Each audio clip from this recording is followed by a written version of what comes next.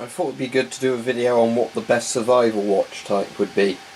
So I've got 3 contenders here to show you what might be good choices, and then obviously if there's a particular style you'd want to use, you can then look for one of the best watches in that field. So first we have your typical Quartz battery watch, and this is a sort of sporty one. The reason you want a more sporty one is they generally have better water depth protection, and they generally have tougher glass and cases, because sports watches are obviously needed to be taken a knock. So having a sports watch that you can knock around is a good idea. Now the only issue I have with a standard Quartz battery is that while Quartz are more magnetic resistance, which is great in a survival watch, the problem is if you're on a standard battery, there's no way of telling how long's left in it unless you know exactly when the battery was put in the watch and how quickly this watch eats up a battery. Although they typically last sort of 3 to 5 years in a Quartz watch like this.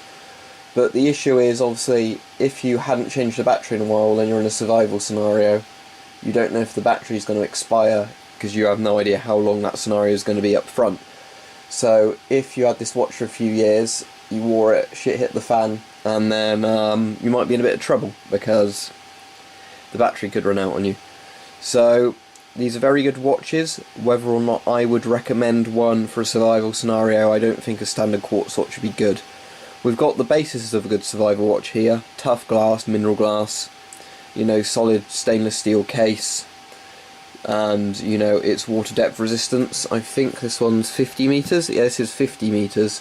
Ideally I'd like a bit more than that, not because I plan on diving that far, but it gives it better pressure protection. So next we have our diving watch.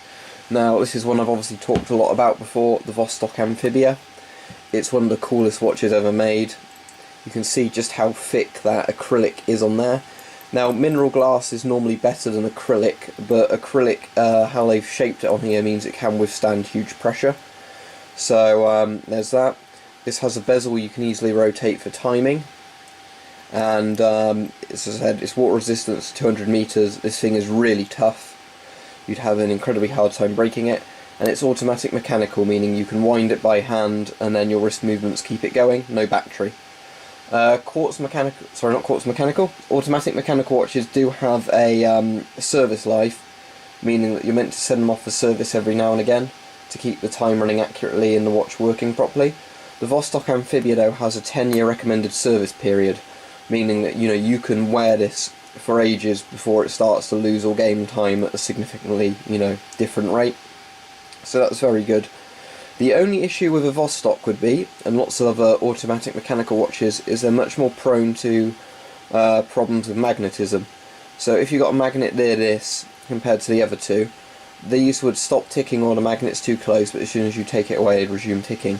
This might not, or if it does, the time might be going fast or slow, and then you'd have to demagnetize it, where in a survival scenario that might not be practical or possible. So that's the problem with these. You can, however, and there are Vostoks that have this, but I didn't see one when I was buying this one, you can get Vostoks which have essentially Faraday cages for magnetism. So you can get magnetic shielded Vostok Amphibias, so that might be a really good choice if you can get one, but I'd still prefer one of these over one of these. Now we have what could be a really good choice. This is a Psychokinetic, but there'll be other watches like this, some that are really tough, and they're basically rechargeable Quartz batteries. So you've got I think it's normally about 15 years life before the battery or the watch needs replacing, and that's where basically the watch will charge up with you doing something. This charges with wrist movements. If I hold it up you can hear it, hopefully. Maybe? Yeah.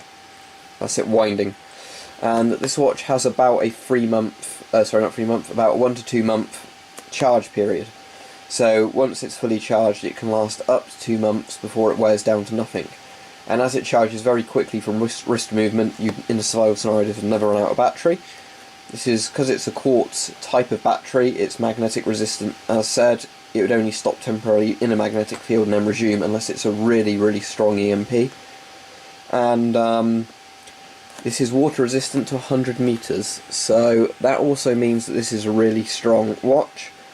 Obviously, the more water depth the better, because it normally means that the watch, is better against outside pressure and force. So that's my recommendation on watch types for a survival scenario. Personally, I'd probably take the Vostok, but be aware there are other dive watches that are equally as good as this. Vostoks are cool because they're Russian, they have the massive service period. A Seiko SKX would also be a very good option for an sort of automatic mechanical dive watch, because they're built really tough. Again, you can use them without being serviced and they'll still run pretty well. And they're big, chunky, you know, solid watches that can survive incredible temperatures and depths. And then any kind of well-made quartz rechargeable would be very good, because a quartz rechargeable, of course, you can keep going with a massive power reserve. The battery only is changing once, you know, every 10 to 15 years, and if that. And some of them are very good water depth, you know, and everything else. So that's my recommendation for survival watches, but personally I'd go for the Vostok Amphibia.